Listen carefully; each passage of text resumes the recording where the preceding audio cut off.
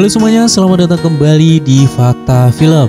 Kali ini Fakta Film akan merekap alur cerita film dari tahun 2013 yang berjudul Oculus. Film ini menceritakan tentang sebuah cermin yang berumur lebih dari 300 tahun menyimpan sejarah kelam yang sangat mengerikan.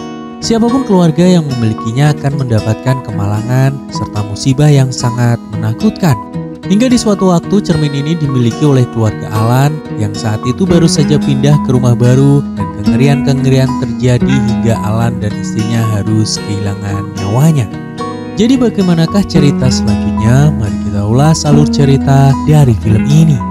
Kami akan kembali kepada kalian semua. Apa yang akan kami sampaikan ini adalah sebuah spoiler film. Buat kalian yang tidak masalah dengan spoiler, seperti biasa pakai headsetnya, dekap gulingnya, dan mari kita mulai ceritanya.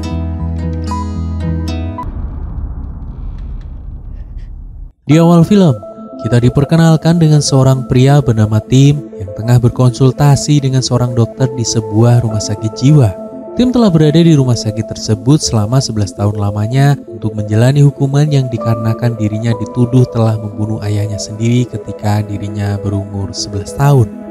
Karena sikap kejiwaan Tim yang semakin membaik, maka dokter di rumah sakit kemudian merekomendasikan Tim untuk dibebaskan agar bisa kembali menjalani hidupnya di tengah masyarakat.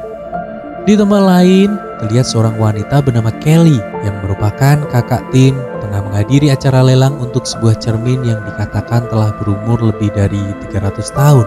Di sana Kelly ditemani oleh suaminya bernama Michael, dan setelah acara lelang selesai, Kelly kemudian datang ke rumah sakit jiwa untuk menjemput Tim yang hari ini telah dibebaskan dari hukumannya.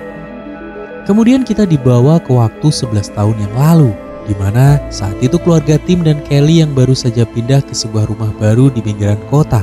Di sana terlihat ayah Kelly bernama Alan tengah sibuk di meja kerjanya, serta ibu Kelly yang bernama Mary yang tengah menata barang-barang dari pindahan mereka. Di sana kita juga diperlihatkan Kelly dan juga Tim yang masih kecil tengah bermain di dalam rumah baru tersebut. Karena Alan adalah seorang penggemar barang-barang antik, dia terlihat baru saja membeli sebuah cermin tua yang dia letakkan di dalam ruangan kerjanya.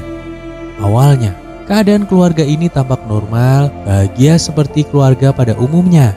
Hingga beberapa hari kemudian suasana di rumah itu berubah tampak dingin dan kejadian-kejadian aneh kemudian mulai terjadi. Mulai dari tanaman hias milik Mary yang tiba-tiba mati, serta Alan yang seperti mendengar bisikan-bisikan aneh di dalam ruangan kerjanya. Hingga di suatu hari, ketika Kelly dan Tim tengah bermain di luar rumah, tanpa sengaja Kelly melihat dari jendela ruang kerja ayahnya. Dia melihat seorang wanita yang tengah memeluk ayahnya dengan sangat mesra. Kemudian di malam harinya ketika makan malam tengah berlangsung, Kelly mencoba bertanya siapa wanita tersebut. Namun sang ayah menjawab tidak tahu, yang sontak saja membuat Mary merasa sedikit curiga. Perilaku Alan juga mulai berubah setelah mereka pindah ke rumah tersebut, di mana dia sering menggigit kuku jarinya hingga membuatnya terluka. Kemudian di malam harinya, ketika Alan tengah berada di dalam ruangan kerjanya, Alan yang mencoba melepas perban di jari tangannya merasa kesulitan, lantas mengambil sebuah penjepit untuk melepasnya dan tanpa sengaja seluruh kuku jari yang terluka itu terlepas. Beberapa saat kemudian terdengar gonggongan anjing milik mereka yang membuat Mary terbangun dari tidurnya. Mary lantas turun untuk memeriksa dan mendapati kalau anjing mereka yang bernama Mason terlihat menggonggongi sesuatu yang ada di dalam ruangan kerja milik Alan. Setelah itu Mary mendekat. Di sana dia seperti mendengar kalau Alan suaminya tengah berbicara dengan seorang wanita di dalam ruangan kerjanya. Mary pun kemudian memanggil Alan. Namun saat dia masuk, Mary tidak menemukan siapapun di sana kecuali Alan suaminya yang menatapnya dengan sangat aneh.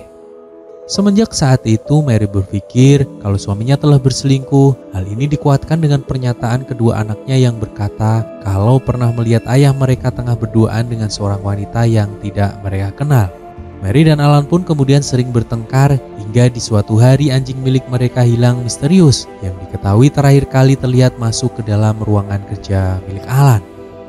Di hari berikutnya ketika Alan tengah pergi ke kantor, Mary kemudian masuk ke dalam ruangan kerja Alan untuk mencari tahu apa yang dikerjakan oleh suaminya di dalam ruangan kerjanya hingga membuatnya jarang keluar dari sana. Mary mulai memeriksa berkas-berkas milik Alan dan menemukan sebuah kertas yang dipenuhi dengan tulisan nama Marisol, membuat membuat Mary merasa kesal dan juga sedih karena berpikir kalau suaminya benar-benar telah berselingkuh darinya. Mary kemudian melempar sesuatu ke arah cermin, namun sayangnya lemparannya itu meleset. Dan setelah itu cermin tersebut seperti tengah menghipnotis Mary. Di dalam cermin Mary melihat dirinya sendiri yang tengah tersenyum melihat penderitaannya. Kemudian setelah itu tiba-tiba bayangan di cermin memperlihatkan dirinya yang lain membuat Mary berteriak ketakutan. Kedua anaknya, Kelly dan Tim yang mendengar teriakan ibunya lantas bergegas turun untuk memeriksanya. Di sana, mereka melihat ibunya tengah menangis di depan cermin entah karena apa. Tidak berselang lama, Mary kemudian mendekati Tim dan mencekiknya dengan erat. Keadaan Mary semakin brutal, dia menggila dan mengejar kedua anaknya yang saat itu sangat ketakutan melihat dirinya. Tim dan Kelly kemudian berlari ke kamar untuk menyelamatkan diri. Setelah itu Alan yang baru sampai di rumah merasa aneh dengan keadaan istrinya. Alan bertanya, namun Mary hanya diam saja. Setelah itu entah apa yang terjadi, Mary menyerang Alan dengan membabi buta. Alan kemudian menahan Mary sambil mencoba menghubungi ambulan. Namun tiba-tiba saja suara petugas ambulan berubah menjadi suara yang sangat aneh, membuat Alan terdiam dan lantas menyeret Mary pergi dari sana. Singkat cerita, di suatu malam, Kelly dan Tim kemudian mencoba mencari tahu tentang apa yang sebenarnya terjadi kepada ibunya hingga ibunya bisa bersikap seperti itu. Dan saat mereka masuk ke kamar ibunya, mereka mendapati kalau ibunya telah dirantai karena disebabkan gangguan jiwa yang sangat berat, membuat Kelly berlari keluar dari kamar karena merasa ketakutan. Kemudian kita dibawa kembali ke masa sekarang. Terlihat setelah Tim keluar dari rumah sakit dan dijemput oleh Kelly, mereka kemudian melanjutkan perbincangan ke sebuah restoran. Di sini, Kelly menjelaskan kalau dia sekarang berencana untuk balas dendam atas kematian kedua orang tuanya yang diduga semua itu disebabkan oleh ulah dari cermin antik milik ayahnya. Kelly memohon kepada Tim untuk membantunya karena sekarang dia telah berhasil mendapatkan cermin antik milik ayahnya melalui pelelangan beberapa waktu yang lalu dibantu oleh suaminya. Kelly kemudian masuk ke dalam gudang yang dimana cermin tersebut tersimpan, dan saat dia melihat ke arah cermin, Kelly dikejutkan dengan patung yang berada di belakangnya seperti bergerak dengan sendirinya. Keadaan pun mulai sedikit mencekam. Saat Kelly memeriksa patung tersebut satu persatu, tiba-tiba petugas datang berkata kalau mereka tengah bersiap untuk melakukan pengiriman cermin. Namun Kelly berkata ke petugas itu kalau dirinya sendirilah yang akan mengirimkan cermin tersebut kepada pemenangnya. Sebelum Kelly berangkat, dia menelpon Tim untuk datang ke rumah orang tuanya dahulu. Tidak seperti rencana awal, bukannya Kelly mengantar cermin itu ke pemenang lelang, Kelly malah berniat untuk membawa cermin tersebut ke rumah lamanya. Singkat cerita, mereka berdua kemudian sampai ke rumah lama milik orang tuanya. Di sana Kelly juga membawa seekor anjing untuk nantinya dijadikan umpan. Setelah itu dia membawa cermin antik masuk ke dalam ruangan di mana dia akan melakukan sebuah pembuktian dan observasi. Terlihat di sana Kelly sudah mempersiapkan semuanya dengan begitu detail. Dia menempatkan 3 buah kamera untuk merekam apapun yang keluar dari dalam cermin. Selain itu, Kelly juga menyiapkan alat pengukur suhu ruangan, makanan dan minuman, serta alat pembunuh yang memiliki alarm setiap 30 menit sekali. Pada tahap awal, Kelly mulai merekam dirinya dan menyampaikan maksud pembuatan dokumentasinya. Setelah itu dia memperlihatkan beberapa foto mayat dengan kondisi yang sangat mengenaskan yang diduga sebagai pemilik cermin tersebut sejak tahun 1954 sampai tahun 2002. Dan diketahui juga kalau cermin tersebut dimiliki pertama kali oleh seorang bangsawan yang bernama Philip Lancer. Namun Philip Lancer akhirnya ditemukan tewas terpanggang di perapian rumahnya sendiri secara misterius. Cermin milik Lancer kemudian dilelang hingga berpindah kepemilikan sampai 45 kali selama kurun waktu 300 tahun, dan semua pemiliknya meninggal secara mengerikan namun memiliki kesamaan, yaitu kuku dan giginya selalu terluka parah. Hingga pada tahun 2002 ayah mereka berhasil memenangkan pelelangan tersebut, membawa cermin itu ke rumah mereka, hingga pada akhirnya ayah dan juga ibu mereka menjadi korban dari cermin tersebut. Kita kemudian dibawa kembali ke masa 11 tahun yang lalu, di mana saat itu setelah Kelly berhasil selamat dari ibunya, Kelly kemudian ke ruangan ayahnya. Dia meminta ayahnya agar segera membawa ibunya ke rumah sakit karena kondisinya yang sangat memprihatinkan. Namun permintaan Kelly ini ditolak mentah-mentah oleh ayahnya dan malah memarahi Kelly karena berani masuk ke dalam kamar ibunya tanpa seizinnya. Kelly kemudian mencoba menghubungi petugas medis namun tidak ada jawaban. Setelah itu Kelly mengajak salah satu tetangganya untuk melihat keadaan ibunya yang mengalami gangguan jiwa parah. Namun sayang sekali Alan tidak mengizinkannya masuk. Dia mengatakan kalau keluarganya tidak membutuhkan bantuan dari orang lain. Dan di sini kita diperlihatkan kalau tangan Alan berlumuran dengan darah yang sangat banyak karena kuku jarinya yang semuanya telah dicabut. Kembali ke masa sekarang. Di sini Kelly berusaha meyakinkan kepada audiens kalau keluarganya tidak bersalah sambil menunjukkan foto-foto korban dan meyakinkan kalau cermin itulah yang harus bertanggung jawab atas 45 kematian pemiliknya. Di sini Kelly dan tim menunjukkan bukti kalau cermin ini tidak pernah bisa dihancurkan saat ada orang yang ingin menghancurkannya akan berakhir dengan bunuh diri dan jelas cermin ini mampu mempertahankan dirinya. Kelly pun menjelaskan kalau jangkar ini berguna untuk mengetes apakah cermin tersebut sanggup mempertahankan dirinya apabila jangkar pembuluh ini dilepaskan secara tiba-tiba. Setelah itu Kelly menaruh tumbuhan hidup di beberapa ruangan dan juga seekor anjing yang tadi dia bawa. Mereka berdua kemudian mulai mengamati cermin tersebut detik demi detik dan menunggu sang penunggu cermin keluar menampakkan dirinya. Singkat cerita, setelah menunggu cukup lama, tim tidak melihat adanya tanda-tanda supranatural yang terjadi. Tanaman yang dikatakan akan mati pun tidak ada. Hingga siang pun berganti malam, tim yang mulai tidak sabar menunggu lantas meminta Kelly untuk menghentikan semua ini dan kembali pulang ke rumah. Karena dia kurang sependapat jika Kelly menyalahkan sihir di dalam cermin dalam kematian ayah dan juga ibunya. Karena dia merasa yang sebenarnya terjadi, kematian ibunya adalah akibat depresi yang dia alami karena ayahnya telah berselingkuh dengan wanita lain. Mereka berdua terus berdebat yang pada intinya tim dan juga Kelly tidak memiliki pemahaman yang sama. Tim kemudian mulai melepaskan anjing yang akan dijadikan tumbal untuk cermin. Dan dia juga menyebutkan kalau Kelly sudah memiliki gangguan kejiwaan, meminta Kelly untuk berpikir rasional. Tim kemudian merayu Kelly untuk meninggalkan tempat itu dan menjalani hidup baru dengan melupakan masa lalu. Dan setelah berpikir, Kelly akhirnya mengikuti saran dari adiknya tersebut. Setelah itu Kelly yang ingin berkemas dengan peralatan miliknya, kemudian mendapati kalau semua peralatan telah berpindah posisi. Selain itu tanaman hias yang dia letakkan di lantai tiba-tiba semuanya layu dan mati. Tim yang selama ini meragukan analisa Kelly tidak bisa mendebat lagi karena dia telah menyaksikan semuanya sendiri. Kelly kemudian memutar rekaman kamera dan terlihat dia dan juga tim sendirilah yang telah memindahkan kamera tersebut. Namun faktanya mereka berdua tidak pernah merasa telah melakukan hal tersebut. Selain itu juga suhu di ruangan observasi menjadi meningkat drastis. Tim kemudian keluar rumah dan menelepon emergency call. Namun anehnya dia mendapati dirinya sudah di dalam rumah kembali. Tim di sini mulai ketakutan dengan semua ilusi yang terjadi. Dia merasa di alam sadar dan alam tak sadar. Kelly kemudian mengatur kembali posisi kameranya dan tiba-tiba tim melihat sosok Kelly yang lain tampil di monitor dan kemudian mendekatinya. Bersama dengan itu listrik mengalami gangguan yang menyebabkan beberapa lampu mati.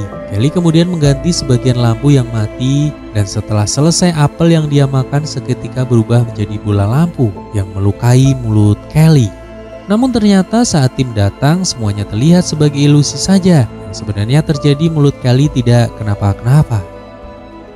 Singkat cerita hari semakin malam dan listrik pun kemudian padam yang membuat malam di rumah tersebut semakin mencekam. Kelly kemudian mulai menyalakan lampu emergensi di setiap sudut rumahnya hingga dia tiba ke ruangan di mana ibunya dahulu di lantai.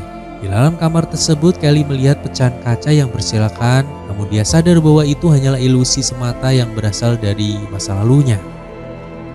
Seketika itu kita kemudian dibawa kembali ke masa lalu di mana saat itu terlihat tim tengah mencari ayahnya yang saat itu listrik tengah padam. Namun di saat tim masuk ke dalam ruangan ayahnya, tim melihat sosok menyeramkan yaitu hantu Marisol tengah berada di dalam ruangan ayahnya. Melihat itu tim ketakutan dan berlari ke dalam kamar. Ternyata semua ini hanyalah sekilas ingatan tim ketika kecil dahulu. Di sisi lain Kelly mulai menuruni tangga dan melihat pecahan pot bunga yang berserakan di lantai. Dia akhirnya sadar kalau semua ini hanyalah ilusi. Dan benar saja, ketika Kelly merekam melalui ponsel, Kelly tidak melihat pecahan apapun di lantai rumahnya. Yang berarti ilusi tersebut tidak bekerja di perangkat ponsel milik Kelly. Tiba-tiba Kelly dikejutkan dengan sosok almarhum ibunya yang telah berada di depannya. Dengan refleks, Kelly lantas menghujamkan pecahan pot yang dia ambil ke leher hantu ibunya. Namun semua itu salah. Ketika tim datang, ilusi tersebut menghilang dan yang sebenarnya terjadi, Kelly di sini telah membunuh suaminya sendiri yang datang ke rumah karena mengkhawatirkan keadaan Kelly. Mereka berdua kemudian memutuskan untuk menunggu di luar rumah selama 20 menit hingga polisi yang dihubungi tim datang ke sana.